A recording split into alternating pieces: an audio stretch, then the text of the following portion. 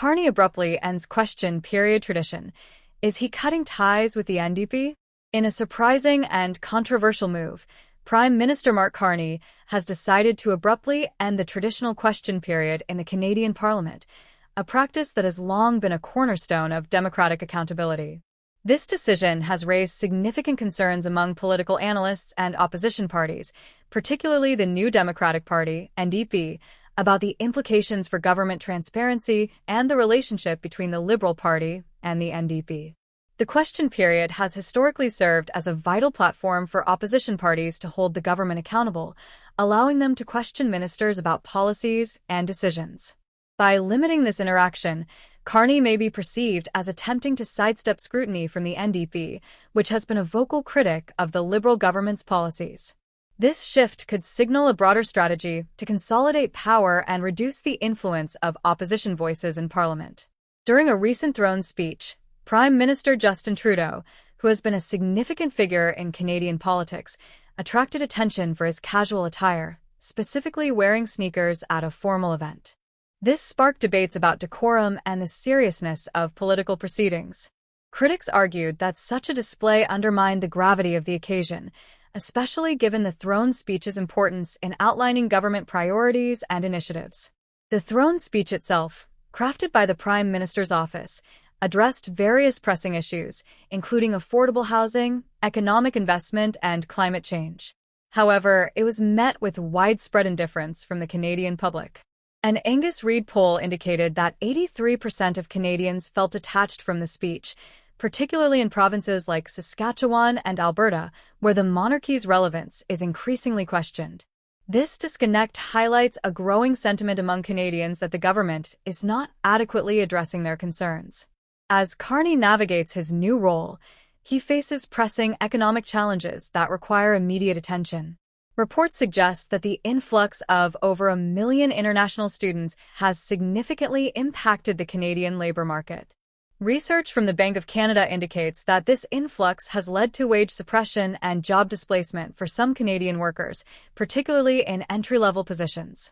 Critics, including Conservative leader Pierre Poilievre, argue that this trend disproportionately benefits large corporations seeking lower labor costs while disadvantaging Canadian youth who are struggling to find stable employment. The debate surrounding foreign labor has intensified, with many advocating for a more targeted approach. Critics suggest that the government should focus on seasonal work in agriculture rather than allowing widespread replacement of Canadian workers in various sectors. This perspective reflects a growing frustration among Canadians who feel that their job opportunities are being compromised by policies that prioritize corporate interests over local employment. Homelessness is another critical issue that has emerged as a significant concern across Canada. Reports from cities like Montreal highlight the increasing number of tent encampments, suggesting a worsening housing crisis. Many attribute this rise to unaffordable rent and insufficient social support systems. Observers argue that the government should prioritize domestic issues like homelessness over international commitments, especially as the public grows increasingly frustrated with the lack of action on pressing local matters. The throne speech also reaffirmed Canada's commitment to supporting its European allies through initiatives like Rearm Europe, signaling a continued investment in defense spending and transatlantic cooperation.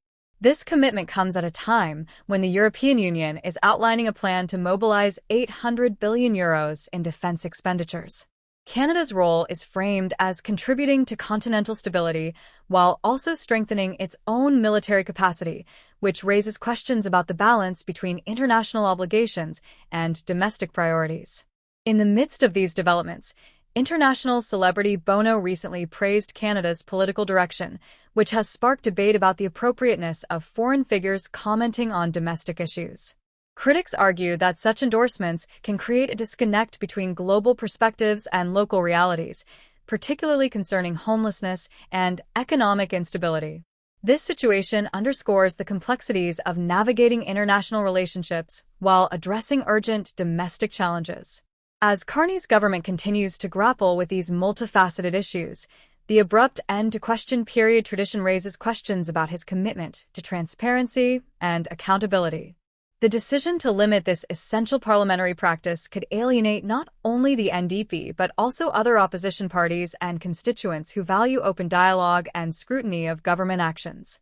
Furthermore, the implications of Carney's leadership style are becoming increasingly apparent. His approach may signal a shift towards a more centralized decision-making process within the Liberal Party, potentially sidelining the voices of smaller parties like the NDP. This could lead to a more polarized political landscape, where collaboration and compromise become increasingly difficult.